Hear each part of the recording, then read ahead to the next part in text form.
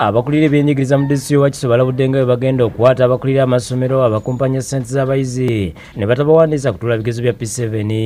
Byogeddwa Frederick Kiyinja akulira ebyenjigiriza mu Wakiso mu lukiiko lw'abasomesa oluyitiddwa ku kitebe kya Wakiso nga lwetabiddwamu abakulira amasomero, minisita w'ebyenjigiriza ebisookerwako Rosemary Seninde, kamishona wamu n'abakulira ebyenjigiriza mu Wakiso oluvannyuma lw'abazadde okuvaayo nga balaajana olw'abasomesa abadduka ne ssente z'abaana baabwe. Tugenda kufuna ku UNEB amanya g'abantu abatanajjayo password kuwandiisa baana bwe baba amasomero ga bwannannyini tugenda gajjako license registration n'abakozesa bennyini tubakwatibwa bunaani. Kiyinja asabye abazadde bonna okuvaayo okuloopa ab'amasomero abadduse ne ssente z'abaana. Buli anaalemwanga okulaga embalirira n'ensasanya y'essente atwalibwe mu paaliyamenti annyonnyole. Minisita Seninde asabye abasomesa okuvaayo okwewandiisa mu nkola empya baleme kusanga buzibu kusasulibwa. Olwekyo twagala tubeere nga tukuba ennyonyi bibiri n'ejjinja limu nga tugezaako okuyamba abasomesa mu Wakiso District tugenda kikola.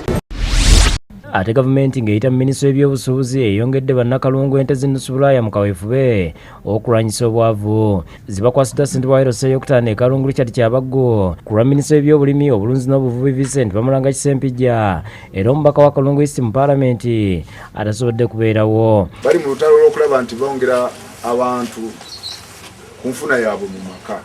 Akulira ebyobulunzi obulimi n'obuvubi Paul Kiyemba n'akulira abasawo b'ebisolo mu Kalungu Dr. Henry Simbwa bategeeza nti disitulikiti efunye ente 171 nga zigabanyiziddwa Magombola 6 okulirwa Abenge, Kyamulibwa Town Council, Kalungu Town Council, Lukaya Town Council, Bukulula ne Kalungu Rural. Kyo obwenjawulo byabo muba mukola okulaba ng'ente tugijjamu emigaso kyolina okumanya nti zitambudde ennaku 2 tezinnanywa mazzi zirina ennyota y'amaanyi.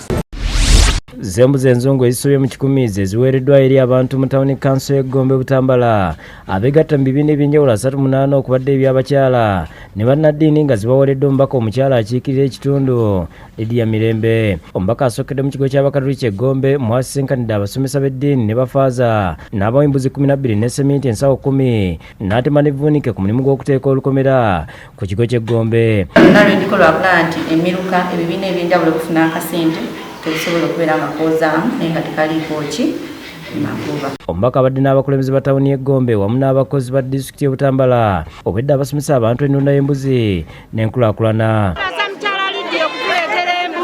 Maama tukeyanjizza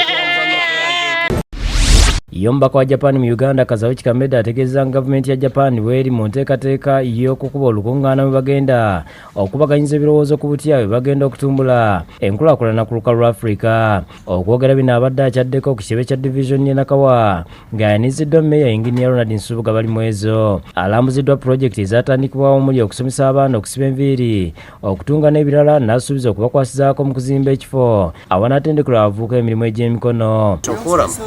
How to help Africa to acquire economic development. Meya bali mwezi asiimye omubaka Kameda olw'okulambula Nakawa. Ffe Nakawa tuvuddeyo kulaba nti tusomesa abantu eby'emikono ate mwana wattu tubanoonyeza n'entandikwa era tutuukiridde ebitongole bingi bituyambye okulaba nti tufuna entandikwa.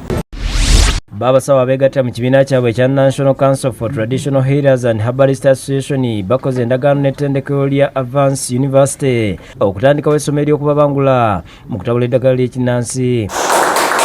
Ensinkano eno ebadde nabweru nga yeetabiddwamu abakulu okuva mu kibiina ky'abajjanjabisa eddagala ly'obutonde bw'ensi nga kino kiddidde etteeka eryayisibwa paalamenti mu mwezi gw'okubiri omwaka guno eryasalawo nti ajjanjabisa eddagala ly'obutonde alina okuba nga atendekeddwa. Wano University ya Avance ekwataganye n'ekitongole kya gavumenti ekya Directorate of Industrial Training nga bakubangula abantu bano mu kutabula eddagala nga bakutendekebwa emyezi 3 joining hands officially okulaba nga wabeerawo enkola egamba nti abantu banasoma era tuli bakutuula ne university eno okubaliriza curriculum nga inputs zaffe zonna mwezi. Eddagala liva mu birime eki birimibwa bitya tunaabijjanga mu nsiko tulina okubirima. Ekyokusatu tubikungula ddi okubijjamu eddagala eddungi. Ate abatuuze bakubiriziddwa okwekuuma nga bayonja okusobola okusigala nga balamu naddala mu biseera bino eby'enkuba. Okulabula kuno kukoleddwa bakansala okuli owa Erose ey'okutaano Nakawa Division Moses Mugisha Okwera ne kansala omukyalo wa Erose ey'okusatu Ovono Christine nga babadde bakola bulungi bwansi gwe beetabyemu nga beegatiddwako abatuuze n'abayizi b'essomero lya Bbiina Islamic. Bakubiriza okulaba nti no kasasiro okumuteeka mu buveera emmotoka za KCCA zibeera nga ziyita ku luguudo naddala Bbiina road, so bwe baziyitawo ng'ali mu buveera kibeera kyangu okumuteeka ku mmotoka. Ebiseera by'enkuba obulwadde bubeera bungi, obulwadde bwa dysentery, obulwadde bwa kolera. Balidde kasasiro n'okugoola emyala mu bitundu bya Butabika parish omuli Kirombe A, Bbiina A, Sinedi. Tujja n'abayizi bano mu field tukolekitinga nabo kasasiro ono kiyambako bo ng'abayizi okutegeera nti kasasiro wano wateekeddwa wateekebwa. N'aba URA nga bali wamu n'aba Innovation Village basomesezza abasuubuzi ku ngeri y'okutambuzaamu emirimu gyabwe nga bibadde ntinda mu Nakawa division. Muno mbaddemu abasuubuzi n'abasuubira okwetandikirawo bizinesi ez'enjawulo era nga babanguddwa ku ngeri gye bayinza okwetandikirawo emirimu nga tebaze mu bya gavumenti etuyambe. Okusomesa ebisobola okutandika okuyamba omuntu atandisa atya bizinesi ng'akozesa biki byasobola kukola products.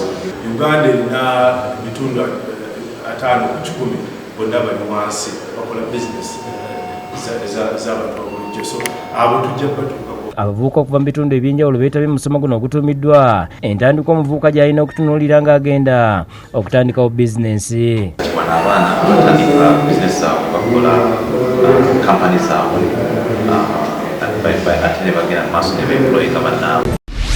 N'ab'essomero lya Maliba Muslim Primary School Kaseese baweereddwa emino gy'amabaati 7 okusobola okuddaabiriza ebizimbe. Amabaati gano gaweereddwayo aba Bilali Family for Swadaka abayambye okudduukirira abasiraamu abalina obwetaavu ng'abadde bakulembeddwamu Hajat Farid Kaganda. Kino ekirabo kye tuleese eno kyakwebaza Mukama Katonda okutujja mu Ramadhaani ewedde omwaka 2018 natutuusa ku Ramadhaani eno ya 2019. Bikaseera abana nga basomera mu nkuba naye Allah kyemukoze, Allah yasinga okukimanya ajja kubawa kyemusinga okwagala. Nkubiriza n'abo bonna oba olina 10 oba 2 oba mutwalo oba miliyoni ti obusiraamu bwaffe bwakuwaayo. Babatuuze b'e Lusanja bakungaanidde ku ttaka lyabwe nga balindiridde omugagga Kiyonki okuleeta abapunta bapunta ettaka lino oluvannyuma lw'okuwakanya ebyo ebyasooka okupimibwa ku biragiro by'omulamuzi wa kkooti Nakawa ataddewo asiimu bwe yalagira ettaka lino okupuntibwa asobole okumanya obutuufu ku bwannannyini ku ttaka lino. Abatuuze bano ne gye buli kati bakyawakanyawo bwannannyini bwa Kiyonki ku ttaka lino. Tosobola kubeera munnayuganda n'omenya munnayuganda munno. Naye ebibanja bye twagula biri mu Lusanja ebyo Kiyonki byayogerako nti Ssekanyonyi ebyo bibye ne Sejemba. Abatuuze badde basuubira abapuliida ku njuyi zombi wabula balemereddwa okuleeta abapunta nga puliida w'abatuuze ayogeddeko nabo n'abasaba obutayonoona biseera bagende n'ebyo ebyapuntibwa mu kusooka kubanga ebintu bino kkooti ebyagala mu bwangu ddala. Baleke babuzaabuza ate baleke baawula teewaayo tugenda balwanirira nkakasomesa tujja kukola esa. Iyo omugagga Kiyonki bw'atuukiridwa ayogedde lwaki ettaka teripuntiddwa. Omulamuzi bw'aba ayagala joint survey report. Already nina report gye nakola gye nabawa. Kiyonki alina report KCCA erina report. Feka tutuule nga baki ng'abapunta tukole joint survey report. Kubanga byonna byogera kintu eki kyekimu.